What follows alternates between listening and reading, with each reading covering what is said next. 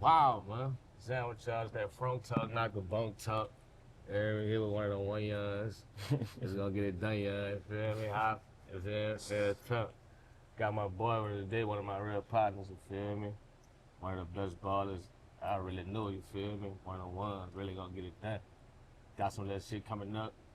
This weekend coming up. Some real, hey, all this life type.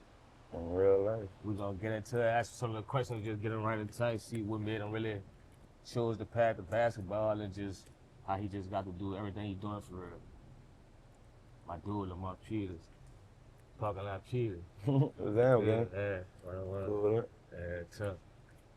But yeah, though, it's about that basketball, so we gonna come straight out the gate with that. What made you really pick that ball up and really lock in? How you locked in?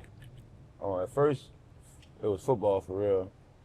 I started playing basketball in like 7th grade, but once I really saw I could hoop, like watching Renum and shit, I started going to the gym with Renum like 7th and 8th grade. Then I saw I really could take it there. Renum asked me to come to Walker and shit. That's how I really just started from there. And then it just kept going and pursuing and shit. Yeah. So nigga just was like, athlete for real. Facts. Football, then nigga come basketball, roll out. Not real talk. Nigga really was better than football though. That's the crazy thing. Yeah. Way better. You know, get hit those types of, yeah. Man, if I tell you why I started playing, it's crazy. Like, man, I went to the St. Aul and Walker game when I was in 8th grade.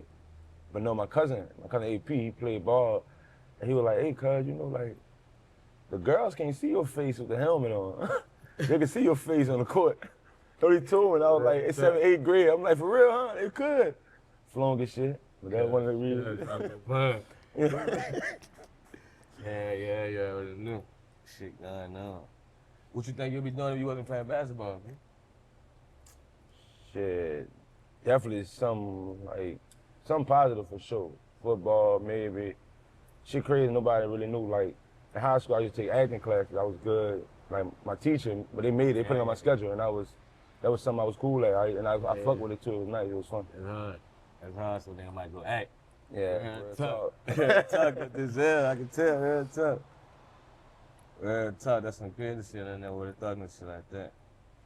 So how it be like when you know, I know that basketball grind be a little grind, bro. You feel me? How that be balancing your regular life with that basketball life? Yet you're still having to sacrifice your time in the gym and training, so you had to be training a lot to be coming how you coming. Nah, facts. It really comes down, you gotta make a decision, bro, because when I opened my eyes, like, back to Rhea again, like, when I was 7th grade, I watched Rhea. Rhea was a freshman.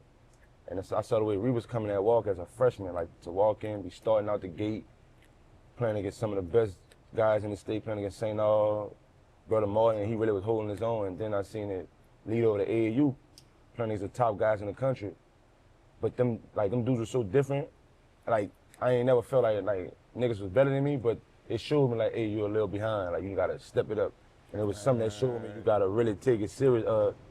People gonna lap you. It ain't nothing you just gonna be, oh, I'm just better than you. Nah, niggas getting better every day, every year.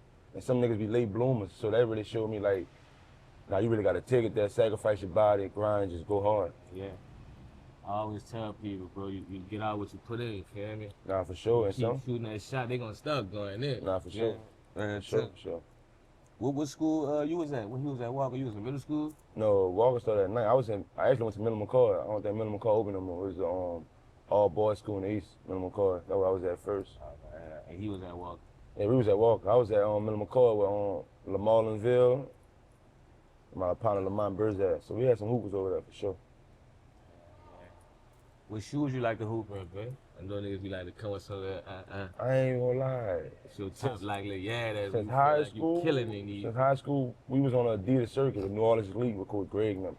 So I always pretty much played in Adidas. Then I went to Mississippi State. That was an Adidas school also.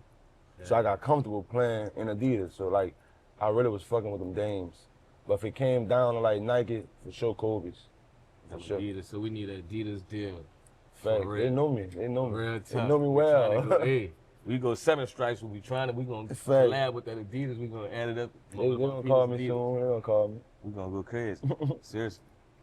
What college you said you went to? How that college life was? Basketball in the school at the you know? I went to Mississippi State. I'm not gonna lie, that was like my best years. Like coming from New Orleans and going to Walker, which was all pretty much like black kids. to go like a school with 37,000 students and all that versatility and like it was so different, but I had to adapt to my environment. You know, coming out of the project, you know, some people don't even know how to adapt. So when you get around certain people and you got to switch it up and just so you got, you know what I'm saying, you civilized that you could adapt to any environment. You can't just carry that hood reputation or like that nigga mentality everywhere. You got to be able to sit down and talk to people the proper way, you know what I'm saying? And just show people you got manners, not just for you, like for your parents too. Like you're a reflection of your mother, you know what I'm saying? Like my mom used to always tell me, don't get out there in front of people and embarrass them. So I really enjoyed it and then I made a bunch of friends, you know what I'm saying, that I still talk to this day. Like, and you never know who, you know what I'm saying, who you call and need down the line. So I done met so many people and was like a good guy, you know what I'm saying? I got people I still could bump to this day from that. And I really was like some of my best years and like, really wish I could take it back. Very tough. Nah, facts. I ain't gonna lie, I ain't never used to want to come home. That's why when I see people want to come home, like kids and shit, nigga, like, I'm ready to come home.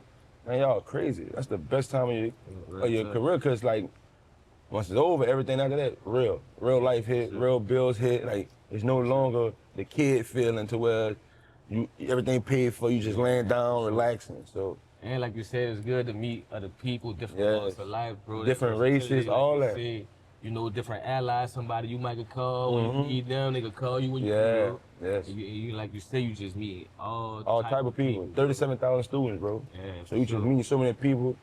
You know what I'm saying? So many doctors, actors, ball players, like whatever you know what I'm saying? Scientists. Like you gotta say you gotta be a certain type of person because they didn't have boo-boo people, bro, especially people that look like us that lost their opportunity. Yeah, just carry that mentality. They don't know how to carry themselves. Yeah, just thinking you could bring that project mentality. No, you can't do that all the time. Because them people don't know, you know what I'm saying? Them people ain't used to that, so you gotta show them you civilized, show them you know how to talk. Real tough. Real tough. And during your college year, that's when you lost your father and shit over there? Yeah, I lost my father my freshman year. It was like, I think it was the week we were playing Texas A&M in Kentucky.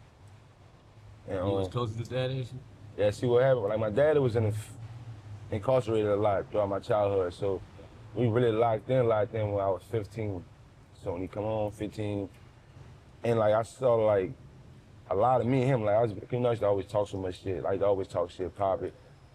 Then when I'm really chilling with my dad, I'm like, man, that's really my daddy. Like, I really see me in him. Like, I'm like, damn, like, we really the same person. And like, and then he just was a dog, just like me. Like, he always tell me, you know what I'm saying, confidence. Like, that boy, favorite saying, he used to tell me about basketball, man, look, Kobe got King Kong balls. LeBron got ping pong balls. Which one you got? Like, he used to always tell me that, but that's my dog. That's tough. I was just about to ask you that, where you get that confidence from. That's something we do, you know, as skis. That's one of our slogans. We support confidence. Like, I feel like you just supposed to be that type of person, but everybody don't have that, feel me? And I see got some of that from your dad, but where you really get that real to where you feeling like I'm just confident about what I'm doing. It's just really what we grew up at. Like, coming back to the Desire, you know what I'm saying? I stayed in the 7th Ward. Like, every environment we basically was in, it was tough, but, you know, we enjoyed that shit. It was fun, but like I told him, like, you might go to the park, but when you're in the park, you might gotta have a fight before you even play just to see if you belong around here. People just gonna try you, you know what I'm saying? So, and I always hung with the older guy, like when I'm saying about reading them 2 years older than me, so I always was younger than them, so that came with a lot of days of me like getting bullied, but not saying like as in getting bullied, but like treat me like little bro, like we playing basketball, bumping me around, you know what I'm saying? You know what I'm saying? Yeah, so I told people like my partner Paul and Reed, I took some shit from Reed, I took some shit from Paul, took some shit from my cousin AP, and I like put that shit together. And like, everybody around, like, we was big on confidence. Like, you never wanted to tuck your tail. Like, shit is basketball, it's football. So it's like, you ain't in the army or nothing. Like, it ain't like you finna go to war. Like, you finna hoop. So it's like, why not be confident, especially if you know you working hard and ain't bullshitting yourself? Of course, pop it. You gonna pop it, but I ain't gonna lie. When I see you coming crazy. Yeah. I was at the game the other day, you know, I'm coming to the game. I'm gonna be in the front. We gotta see what's going on, but you one of the ones, brother. Your skill set crazy, I ain't gonna lie. And me seeing you, you know, I know you had to overcome certain little shit. I know you had certain injuries. So you want to talk about the injuries? Yeah, 2 years ago, I tore my ACL, man. For my first time in my life, it was my first time not playing sports. And it felt like sports the only thing I knew. It was the only thing I knew how to do. And it was like, what come with that, you know what I'm saying? Before that, like, my mindset was a little different. Like, you know what I'm saying? I ain't think that shit could happen to me. Knowing it could happen, but I ain't see it happening to me. So it's like, it really slowed me down and really value the shit that's most important because when that ball started bouncing, a lot of shit slowed down for me, and it like opened my eyes to show me what the certain people was really with me and what they was with me for. Was they really on my side? And the shit I was entertaining, like a lot of shit wasn't really worth it. So it's like it really opened my eyes just to be a better person, like not take it for granted. And I felt like God was trying to tell me, you know what I'm saying, lock in, focus, and really respect the game, respect the grind, respect everything about life, because I could take all this shit from you if you keep bullshitting. Yeah, so that really made me want to be like, just be a better person, better hooper, everything, bro. Real tough. Everything happened for a reason. Like a line, sure. I seen you, bro. It looked like you ain't never been injured for real. You was never. crazy the other day. I know you got this. You know, I know when they get injured, they gotta gain that back. That, you know, like you say, I'm confident, but that injury be something different. That it's like, cause I just ain't. But you look like you having that. Like I'm feeling like I could do what I want. Nah, you know, the doctor. But I was like the doctor. I had like a great surgery. The doctor like, man, if I could get a grade on your surgery, it would be an A+. So it was like, he told me, however you come back, it's gonna be strictly up to you. And I'm like, shit, if it's gonna be up to me, like, you know what I'm saying, my confidence is crazy. So it's like, if it's gonna be up to me, I'm gonna give it all I got. Like, I ain't about bullshit it, and I really had to focus up, because I ain't gonna lie. You know, I almost hit a wall. I had days when I hit a wall to where, you know what I'm saying, you had days you cried, days you go in that space, and you're like, man, fuck. Life really just lifing right now, you know what I'm saying? And you hear the things people saying. You hear the shit, man, he done, he'll never be the same. Oh, Lamar ain't got it no more. He fell off. So I'm one of them guys, I don't take it no way. I take it as that instead of proving you wrong, I'm proving myself right. I know who I am as a person. So I ain't really fucking noise. I had guys like you believing in me, Twin, Reed, Musa. Like I had people backing me just as much as I had people doubting me. I had people in my corner. So it's like, man, fuck proving them wrong, man, prove yourself right.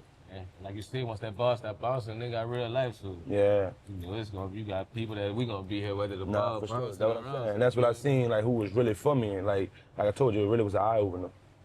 Yeah. So look, I know a lot of y'all be balling. Everybody say they ball and they cool and hooping. I want you to explain to people, brother, the difference between the ballers, because you done balled at like AAU, college. Yeah. You feel me? You done been in the NBA, the best ballers in the world. You done got to these type of levels. I want you to explain to people the difference and the work ethic and things it takes to really get to that. You play in the league with the best of the best in the world, like not just America, the whole world. Yeah. Bro, mentality, how bad you want it, because then. Like you got two different groups of people. You got the people who in it for what come with it, and you got people who really love the game and just want better for themselves and their life and their family. Like some people just want the girls, the jewelry, club scene, you know, and it's crazy because there's so much temptation. You get caught up into it, because you get up here thinking it's fun, this, that, and the third. But them ones who mentally there, like up at 6 in the morning weights. 9:30, run around the track. 10:30 on a cool shooting, go home, take a nap, eat, back in the gym again, another workout. You know what I'm saying? Watching film, studying the game, but that's 6-7 days a week. That ain't just no shit you do one day. This every day, so you stacking days. And then they got the ones who think they can cheat the game. I'm gonna do this 1 or 2 days. And that shit show, because you'll see somebody who's so great in 6th, 7th grade, 8th grade, 9th grade, get to the 11th, 12th grade, you be like, man, he was the best one in the hood. But his mind was gone. He thought he was like on top of the world. And then you got this kid who actually on top of the world, but he treating this shit like he ain't got nothing. He treating this shit like he's starving. And he could have the best life, but he's still treating this shit like he's starving. That's where they come to separation. I tell the kid, you can't post a highlight to working out in the gym. You just went to the gym one day talking about, yeah, I'm grinding all summer. And then don't go back to the gym. Now you faking yourself. So I say Instagram hurting a lot of these kids. That's why I really have been off Instagram and been off the grid. And I only got it back on Instagram because the people from Baller's Life and that shit, they ask me like, man, you got fans, you got opportunity.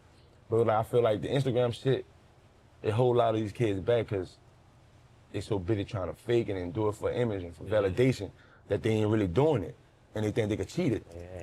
But I ain't gonna lie, LP, like, you know, I know they, you know, now they got the image and likeness. And I've been, you know, I've been telling little people that, you know, that's something like, you know, you work with some of them coaching and stuff. I want to work on with them on stuff like that too, because right now they paying you for that, bro. That's why they kind of getting caught up in it. Yeah. They getting caught up in the image and likeness more than the hard work, because you see what's going on. Shit, they're getting more money than the first round.